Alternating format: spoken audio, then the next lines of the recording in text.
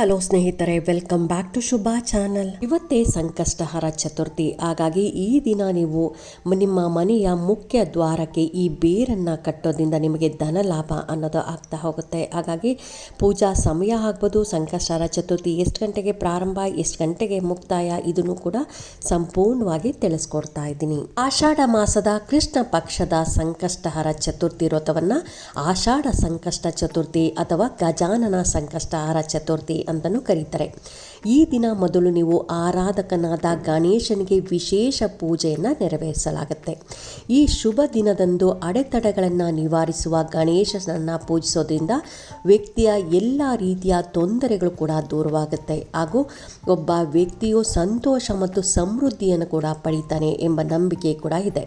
ಹಾಗಾಗಿ ಆಷಾಢ ಮಾಸದಲ್ಲಿ ಬರುವಂಥ ಈ ಸಂಕಷ್ಟಹರ ಚತುರ್ಥಿಯ ಶುಭ ಮುಹೂರ್ತ ವಿಧಾನಗಳನ್ನು ಕೂಡ ತಿಳಿಸ್ಕೊಡ್ತಾ ಇದ್ದೀನಿ. ಇನ್ನು ಪಂಚಾಂಗದ ಪ್ರಕಾರ ಆಷಾಢ ಮಾಸದ ಶುಕ್ಲ ಪಕ್ಷದ ಚತುರ್ಥಿ ತಿಥಿ 24ನೇ ತಾರೀಕು ಬೆಳಗ್ಗೆ 7:30 ಪ್ರಾರಂಭ ಆಗುತ್ತೆ. ಇನ್ನು 25ನೇ ತಾರೀಕು ಬೆಳಗಿನ ಜಾವ 4:19 ಕೊನೆಗೊಳ್ಳುತ್ತೆ. ಇನ್ನು ನಾವು ಸಂಕಷ್ಟಹರ ಚತುರ್ಥಿಯನ್ನು ನಾವು ಆಚರಣೆ ಮಾಡಬೇಕಾಗಿರೋದು 24ನೇ ತಾರೀಕು ಬುಧವಾರ.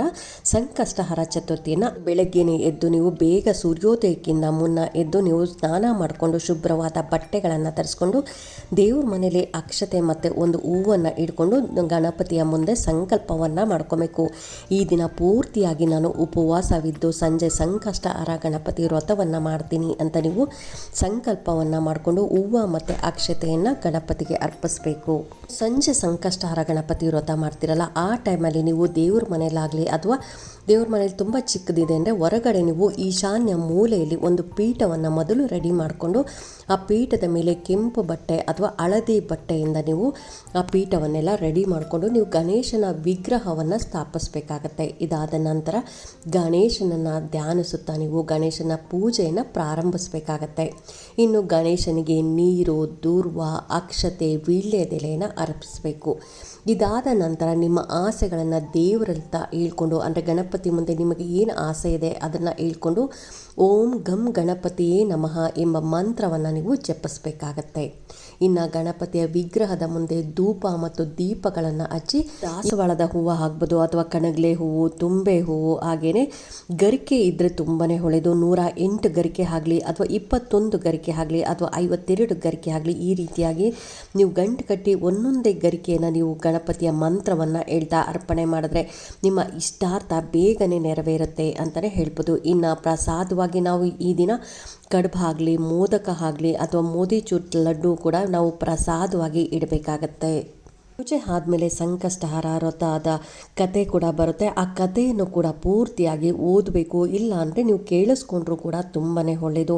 ಇನ್ನು ಈ ದಿನ ನೀವು ದೇವಸ್ಥಾನಕ್ಕೆ ಹೋಗಿ ಅಲ್ಲಿ ಗಣಪತಿಗೆ ಕಡಲೆಕಾಳು ಹಾರವನ್ನು ಕೊಡೋದಾಗಲಿ ಅಥವಾ ಕಡಲೆಕಾಳು ಉಸ್ಲಿ ಪ್ರಸಾದವನ್ನು ಕೊಟ್ಟರೂ ಕೂಡ ತುಂಬಾ ಒಳ್ಳೆಯದು. ಇನ್ನು ಸಾಯಂಕಾಲ ಚಂದ್ರೋದಯದ ಸಮಯದಲ್ಲಿ ಚಂದ್ರನಿಗೆ ಆರ್ಘ್ಯವನ್ನು ಕೊಡಬೇಕಾಗತ್ತೆ. ಶುದ್ಧವಾದ ನೀರು ಹಾಕ್ಕೊಂಡು ಅದರಲ್ಲಿ ಸ್ವಲ್ಪ ಹಾಲನ್ನು ಹಾಕಿ ನಂತರ ಅದಕ್ಕೆ ಶ್ರೀಗಂಧವನ್ನು ಹಾಕಿ ನೀವು ಚಂದ್ರ ದೇವನಿಗೆ ಆರ್ಘ್ಯವನ್ನು ಕೊಡಬೇಕು. ಆರ್ಘ್ಯವನ್ನು ಕೊಡೋ ಸಮಯದಲ್ಲಿ ಓಂ ಚಂದ್ರಾಯ ನಮಃ ಅಂತ ಈ ಮಂತ್ರವನ್ನು ಹೇಳ್ತಾ ನೀವು ಆಚೆ ಒಂದು 5 ನಿಮಿಷಗಳ ಕಾಲ ಅಲ್ಲೇ ಕೂತ್ಕೊಂಡು ಚಂದ್ರನನ್ನು ನೋಡ್ತಾ ಈ ಮಂತ್ರವನ್ನು ಹೇಳಿ ನೀವು ಆರ್ಘ್ಯವನ್ನು ಕೊಡಬೇಕಾಗತ್ತೆ. ನಂತರ ಚಂದ್ರ ದೇವನಿಗೆ ಅಕ್ಕಿ ಪಾಯಸವನ್ನು ನೀವು ಪ್ರಸಾದವಾಗಿ ಇಡಬೇಕಾಗತ್ತೆ. ನಂತರ ಒಂದು 5 ನಿಮಿಷಗಳ ಕಾಲ ಅಲ್ಲೇ ಇದ್ದು ನಂತರ ಆ ಪಾಯಸನ ನೀವು ತಗೊಂಬಂದು ಮನೆಯೆಲ್ಲರೂ ಸೇವನೆ ಮಾಡಬೇಕು. ಈ ರೀತಿಯಾಗಿ ಮಾಡೋದ್ರಿಂದ ಸಂಕಷ್ಟಹರ ಚತುರ್ಥಿ ಎಂದು ಉಪವಾಸವನ್ನು ಆಚರಿಸುವ ವ್ಯಕ್ತಿಯ ಎಲ್ಲ ಇಷ್ಟಾರ್ಥಗಳು ನೆರವೇರುತ್ತೆ ಅಂತಲೇ ಹೇಳ್ಬೋದು.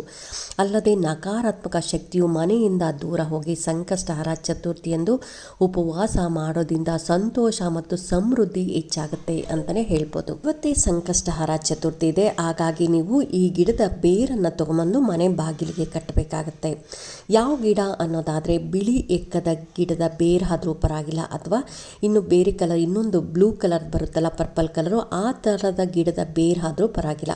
ಒಟ್ಟಾರೆಯಾಗಿ ಎಕ್ಕದ ಗಿಡದ ಬೇರನ್ನು ತಗೊಂಬಂದು ನೀವು ಅದನ್ನು ಒಂದು ಹಸಿರು ಕಲರ್ ಬಟ್ಟೆಯಲ್ಲಿ ಅಥವಾ ಕೆಂಪು ಕಲರ್ ಬಟ್ಟೆಯಲ್ಲಿ ಕಟ್ಟಿ ನೀವು ಅದನ್ನು ಮನೆ ಬಾಗಿಲಿನ ಒಳಗಡೆ ನೀವು ಹಾಕಬೇಕಾಗತ್ತೆ. ಅಂದರೆ ನೀವು ಮೇನ್ ಡೋರಿಂದ ಆಚೆ ಹಾಕಕ್ಕೆ ಹೋಗ್ಬೇಡಿ, ಒಳಗಡೆ ಭಾಗದಲ್ಲಿ ನೀವು ಹಾಕಬೇಕಾಗತ್ತೆ. ನಾವು ಆಲೋವೆರಾ ಗಿಡ ಎಲ್ಲ ಕಟ್ತಿರಲ್ಲ ಆ ಜಾಗದಲ್ಲಿ ನೀವು ಈ ಬೇರನ್ನು ಕಟ್ಟಿ ನೀವು ಹಾಕಬೇಕಾಗತ್ತೆ. ಈ ರೀತಿಯಾಗಿ ಮಾಡೋದ್ರಿಂದ ನಿಮ್ಮ ಮನೆಗೆ ಧನಾಗಮನ ಆಗತ್ತೆ.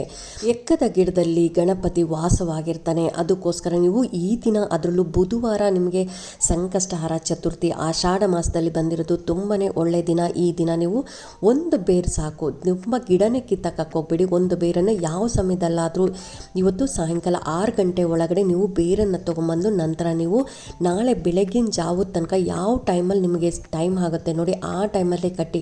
ಇದೇ ಟೈಮಲ್ಲಿ ಕಟ್ಟಬೇಕು ಅಂತ ಇಲ್ಲ, ನಿಮ್ಗೆ ಯಾವಾಗ ಸಮಯ ಸಿಕ್ಕುತ್ತೋ ಆವಾಗ ಕಟ್ಟಬೇಕಾಗತ್ತೆ. ಈ ರೀತಿಯಾಗಿ ಕಟ್ಟಿ ಆ ಬೇರಿಗೂ ನೀವು ಪ್ರತಿದಿನ ದೇವ್ರ ಮನೇಲಿ ಪೂಜೆ ಮಾಡೋ ಸಮಯದಲ್ಲಿ ಅಲ್ಲೂ ಹೋಗಿ ನೀವು ಬಾಗಿಲಿನ ಮೇಲೆ ಈ ಬೇರು ಕಟ್ಟಿರ್ತೀರಲ್ಲ, ಎಕ್ಕದ ಗಿಡದ ಬೇರು, ಇದಕ್ಕೆ ಪೂಜೆ ಮಾಡ್ತಾ ಬನ್ನಿ.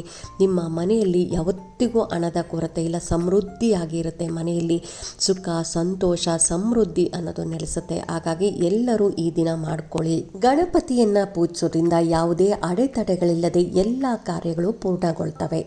ಎಲ್ಲ ಕಾರ್ಯದಲ್ಲೂ ಯಶಸ್ಸನ್ನೋದು ದೊರೀತಾ ಹೋಗುತ್ತೆ. ಹಾಗಾಗಿ ಗಣಪತಿಯನ್ನು ಪೂಜಿಸಲು ಬುಧವಾರ ದಿನ ನೀವು ಅತ್ಯುತ್ತಮ ದಿನ. ಅದರಲ್ಲೂ ನಮಗೆ ಈ ಸಾರಿ ಬುಧವಾರನೇ ಸಂಕಷ್ಟಹರ ಚತುರ್ಥಿ ಬಂದಿದೆ, ತುಂಬಾ ಒಳ್ಳೆಯ ದಿನ. ಈ ದಿನದಂದು ಗಣಪತಿ ಪೂಜೆ, ಉಪವಾಸ, ವ್ರತ, ಮಂತ್ರಗಳನ್ನು ಪಠಿಸೋದ್ರಿಂದ ಗಣೇಶನು ಶೀಘ್ರದಲ್ಲೇ ಪ್ರಸನ್ನನಾಗ್ತಾನೆ ಎಂಬ ನಂಬಿಕೆ ಕೂಡ ಇದೆ. ಹಾಗಾಗಿ ಬುಧವಾರ ಗಣಪತಿ ಮಂತ್ರವನ್ನು ಪಠಿಸೋದ್ರಿಂದ ಎಲ್ಲ ಕೆಲಸದಲ್ಲೂ ಯಶಸ್ಸು, ಗ್ರಹ ದೋಷದಿಂದ ಮುಕ್ತಿ ದೊರೆಯುತ್ತೆ. ಇನ್ನು ಬುಧವಾರದ ದಿನದಂದು ನಾವು ಗಣೇಶನ ಮಂತ್ರಗಳನ್ನು ಯಾವ ಮಂತ್ರಗಳನ್ನು ಪಠಿಸಿದ್ರೆ ಯಾವೆಲ್ಲ ಲಾಭ ಇದೆ ಅಂತಲೂ ತಿಳಿಸ್ಕೊಡ್ತಾ ಇದ್ದೀನಿ. ಇದನ್ನು ಸಂಜೆ ನೀವು ಪೂಜೆ ಮಾಡೋ ಸಮಯದಲ್ಲಿ ಈ ಮಂತ್ರಗಳನ್ನು ಹೇಳ್ಕೊಬೋದು. ಪ್ರತಿದಿನವೂ ಹೇಳ್ಕೊಂಡ್ರೆ ತುಂಬಾ ಒಳ್ಳೆಯದು. ಇಲ್ಲ ಅಂದರೆ ನೀವು ಅಟ್ಲೀಸ್ಟ್ ಬುಧವಾರ ಈ ಮಂತ್ರಗಳನ್ನು ಹೇಳ್ಕೊಬೇಕಾಗತ್ತೆ. ಕೆಲಸದಲ್ಲಿ ಅಡೆತಡೆಗಳು ಹೆಚ್ಚಾಗಿದ್ದರೆ ನೀವು ಓಂ ಗಂ ಗಣಪತಿಯೇ ಸರ್ವ ಕಾರ್ಯ ಸಿದ್ಧಿ ಕುರು ಸ್ವಾಹ ಅಂತ ಈ ಮಂತ್ರವನ್ನು ನೀವು ಹೇಳ್ಕೊಬೇಕಾಗತ್ತೆ. ಈ ಮಂತ್ರ ಅತ್ಯಂತ ಸರಳ ಮತ್ತು ಪರಿಣಾಮಕಾರಿಯಾದ ಮಂತ್ರ ಅಂತಲೇ ಹೇಳ್ಬೋದು. ಹಾಗಾಗಿ ಈ ಮಂತ್ರವನ್ನು ಹೇಳ್ಕೊಳ್ಳೋದ್ರಿಂದ ನಿಮ್ಮ ಯಾವುದೇ ಒಂದು ಕೆಲಸದಲ್ಲೂ ನೀವು ಕೆಲಸಕ್ಕೆ ಹೋಗ್ತಾ ಇರ್ತೀರ, ಅದರಲ್ಲಿ ತುಂಬಾ ಅಡೆತಡೆ ಆಗ್ತಾ ಇದ್ರು ಅದು ಕೂಡ ದೂರವಾಗುತ್ತೆ ಅಂತಲೇ ಹೇಳ್ಬೋದು. ಸಂಕಷ್ಟಹರ ಚತುರ್ಥಿ ಇದೆ ಸ್ನೇಹಿತರೆ, ಎಲ್ಲರೂ ಸಾಯಂಕಾಲ ಪೂಜೆ ಮಾಡ್ಕೊಳ್ಳಿ. ಗಣಪತಿಯ ಎಲ್ಲರಿಗೂ ಒಳ್ಳೇದು ಮಾಡಲಿ ಅಂತ ಹೇಳ್ತಾ ನಾನು ಕೂಡ ಬೇಡ್ಕೊತೀನಿ. ಹಾಗಾಗಿ ಈ ವಿಡಿಯೋ ಹೇಗನ್ನಿಸ್ತು ಅಂತ ನೀವು ಕಾಮೆಂಟ್ ಸೆಕ್ಷನಲ್ಲಿ ಕಾಮೆಂಟ್ ಮಾಡಿ, ಲೈಕ್ ಮಾಡಿ, ಶೇರ್ ಮಾಡಿ. ಇನ್ನೂ ನನ್ನ ಚಾನಲ್ಗೆ ಯಾರೆಲ್ಲ ಸಬ್ಸ್ಕ್ರೈಬ್ ಮಾಡಿದೆ ಹಾಗೆ ನೋಡ್ತಾ ಇದ್ದರೆ ಎಲ್ಲರೂ ಸಬ್ಸ್ಕ್ರೈಬ್ ಮಾಡ್ಕೊಳ್ಳಿ. ಪಕ್ಕದಲ್ಲಿರುವಂಥ ಬೆಲ್ ಐಕನ್ ಪ್ರೆಸ್ ಮಾಡೋದ್ರಿಂದ ನಾನು ಹಾಕೋ ವಿಡಿಯೋಗಳೆಲ್ಲ ಬೇಗ ಬಂದು ತಲುಪುತ್ತೆ. Thank you.